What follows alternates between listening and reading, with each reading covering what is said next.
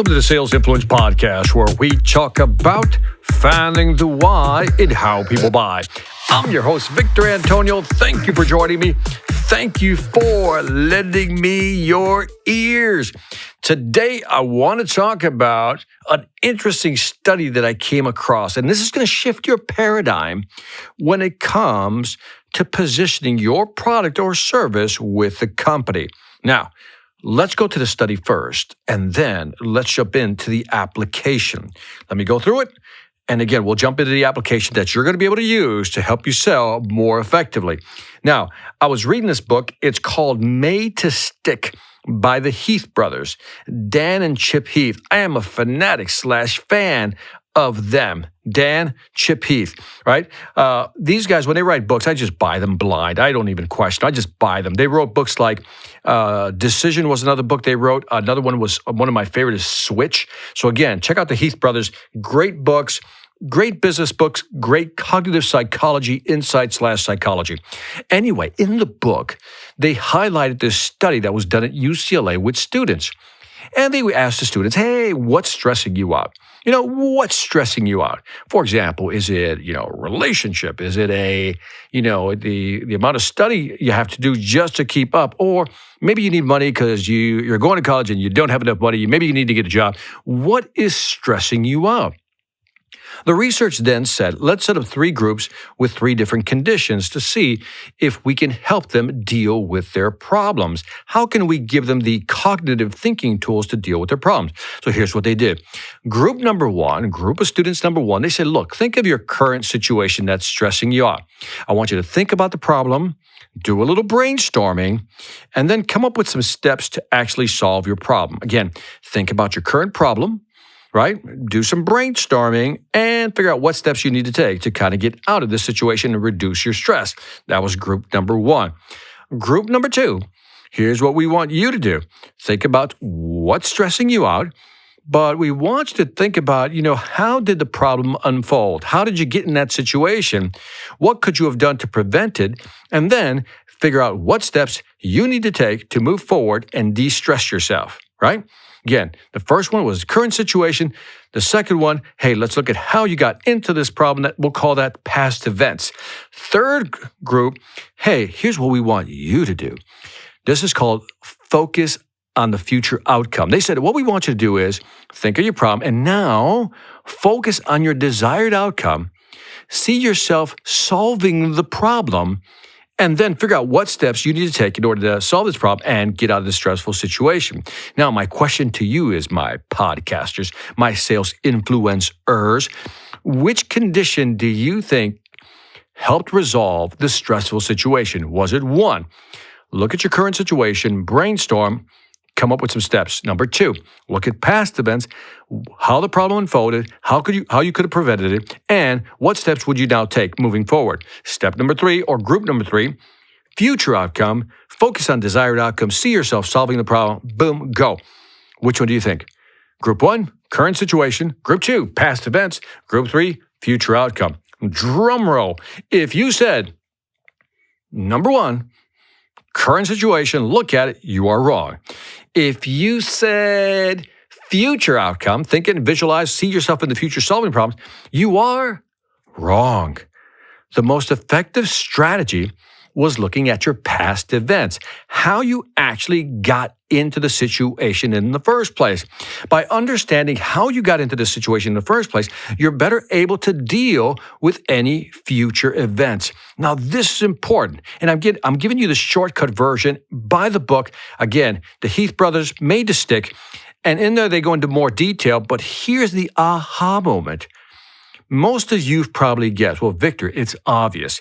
If I focus on my desired outcome, if I see myself solving the problem and the necessary steps necessary to accomplish this thing to, reduce my stress, of course that's the answer, because that's what the gurus have been feeding us.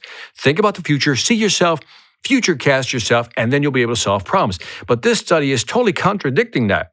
It is saying by understanding how you got into a situation, you're able to deal with it going forward. This is like, boom. So now let's shift over, because right now that's all that'll help you personally. But what about in the sales space? Well, think about it. You're talking to a client, and we're used to future pacing our clients, right? We're future casting them, pushing them into the future.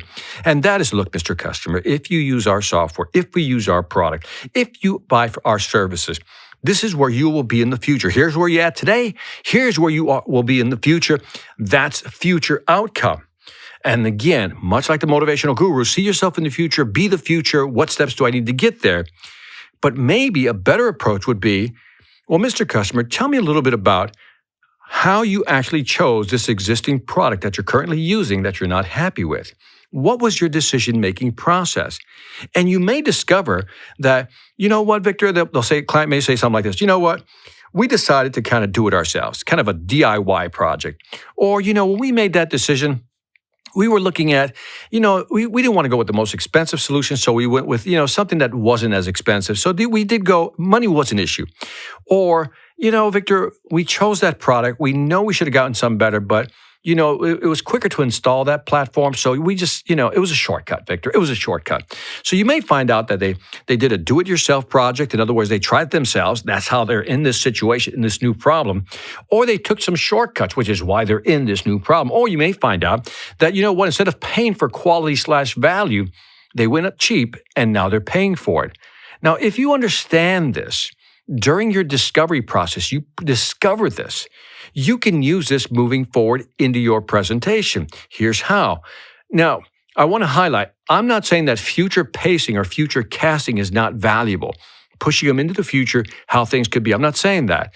The study's not saying that either. It's saying that the most effective way to get people to make a change is to really get them to understand how they got into that situation in the first place. Many of you have seen my series on Spike TV, now the Paramount Network. It's called Life or Debt. That's a show where I'm the host of a television show that ran a full season where I help families come out of their financial holes that they got themselves in. And what I found out is that future pacing, future casting, hey, if you get out of debt, here's where you could be tomorrow, was not as effective. What was more effective is breaking down, assessing how they got into that situation in the first place. And by first understanding how they got into it, they could now create a plan to make sure going forward they didn't fall into the same pitfalls.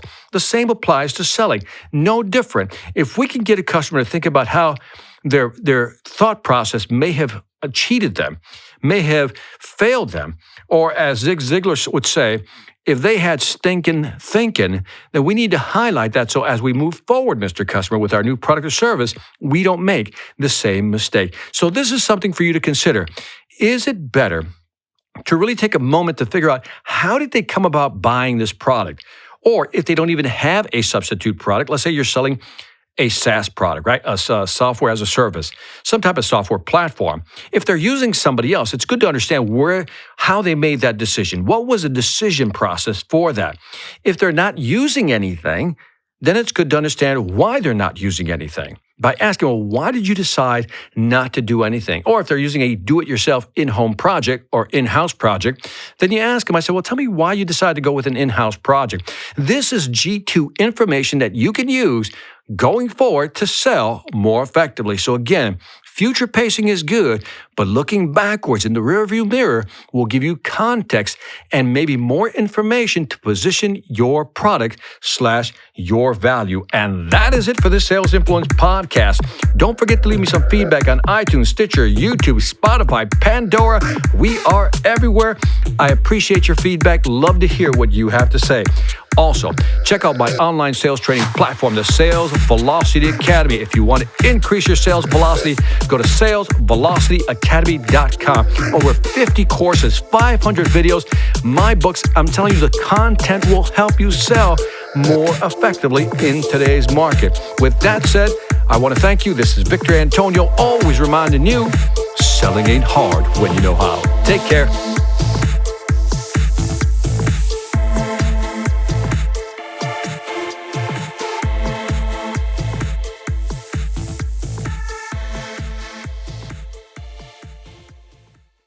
Hi, I'm Victor Antonio. I'm an author, sales trainer, and keynote speaker. I'm often asked, what makes a great speaker? Is it someone who delivers real content that the audience can use? Is it someone who engages the audience so they're part of the learning experience? Or is it someone who can motivate an audience to push them beyond their comfort zone and discover new abilities? The answer is yes. But the most important thing to remember is that I'm not there to look good. I'm there to make my client look good. Simply put, it's never about me, and it's always about them.